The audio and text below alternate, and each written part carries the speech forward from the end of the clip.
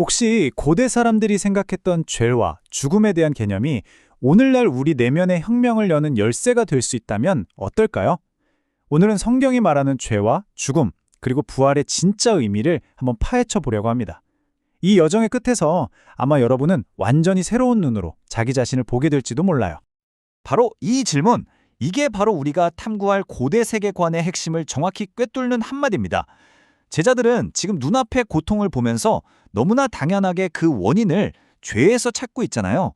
도대체 무엇이 그들로 하여금 이렇게 확신에 찬 질문을 던지게 만들었을까요? 그 이유는 간단합니다. 신약시대 유대인들에게 삶이란 건 그냥 무작위적인 사건의 연속이 아니었거든요.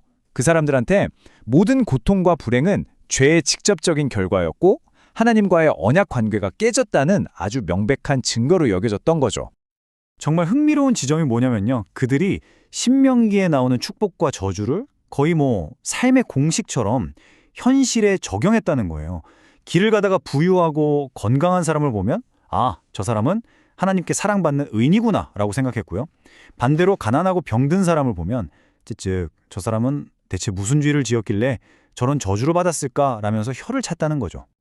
이런 흑백 논리 속에서 어떤 사람들은 그냥 아프거나 가난하다는 이유만으로 죄인이라는 낙인이 찍혀버렸습니다. 그들은 사회와 종교 공동체에서 철저히 소외됐고 말 그대로 걸어다니는 신의 심판의 증거처럼 취급받았어요.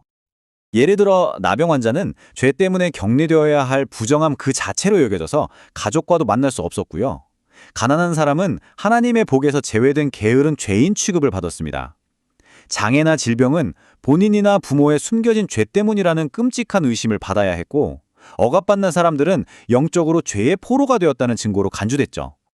바로 이때 예수님의 등장은 이 견고했던 세계관에 정말 거대한 충격을 던집니다. 특히 이사야서를 인용해서 선포하신 은혜의 해, 즉 희년의 선포는 기존의 모든 질서를 뿌리부터 뒤흔드는 영적 혁명의 시작이었어요. 한번 비교해 보세요. 당시 종교 지도자들이 고통받는 사람들을 죄 때문에 격리해야 할 대상으로 볼 때 예수님은 완전히 정반대의 시선을 던지셨습니다. 그분에게 그들은 죄인이 아니라 하나님의 은혜가 가장 절실하게 필요한 길 잃은 양이었죠. 문제의 원인을 그들의 죄가 아니라 그들이 처한 상황으로 보셨고 해결책으로 분리가 아닌 용서와 회복을 선포하신 겁니다. 죄인이라는 낙인 아래 신음하던 이들이 하나님의 가족으로 당당하게 복권되는 정말 엄청난 순간이었어요. 자, 예수님은 이렇게 사회적 낙인이라는 죽음의 그늘에서 사람들을 해방시키셨습니다. 그렇다면 그분은 모든 저주의 정점에 있는 인간의 가장 근원적인 문제인 죽음 그 자체는 어떻게 보셨을까요? 이제 이야기는 훨씬 더 깊은 차원으로 들어갑니다. 우리가 보통 생각하듯이 성경이 말하는 죽음이 단순히 심장이 멎는 그 사건만을 의미하는 게 아니라면 어떨까요? 만약에 죽음이라는 게 우리가 살아있는 동안에도 경험할 수 있는 어떤 상태를 가리키는 것이라면요?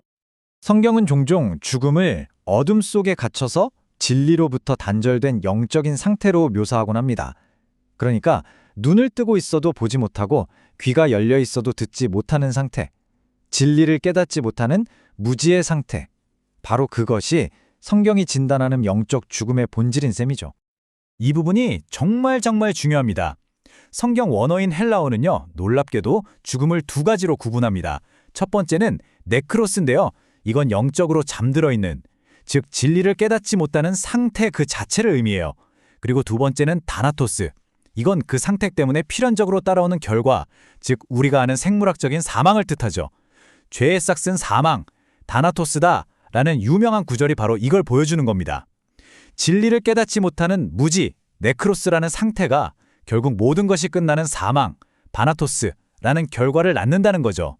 그렇다면 이 깊은 죽음의 상태, 네크로스에서 어떻게 벗어날 수 있을까요? 그 비밀의 열쇠는 바로 에게이로라는 엄청난 변화의 힘을 품은 헬라어 단어 하나에 담겨 있습니다. 에게이로는 단순히 일어나다라는 뜻을 훌쩍 넘어섭니다. 이 단어의 핵심은 바로 전환이에요. 마치 애벌레가 허물을 벗고 나비가 되듯이 낡고 무기력한 상태에서 벗어나서 완전히 새로운 상태로 들어서는 모든 근본적인 변화를 이 한 단어가 품고 있는 겁니다. 이 단어가 얼마나 놀라운 힘을 가졌는지 한번 보세요.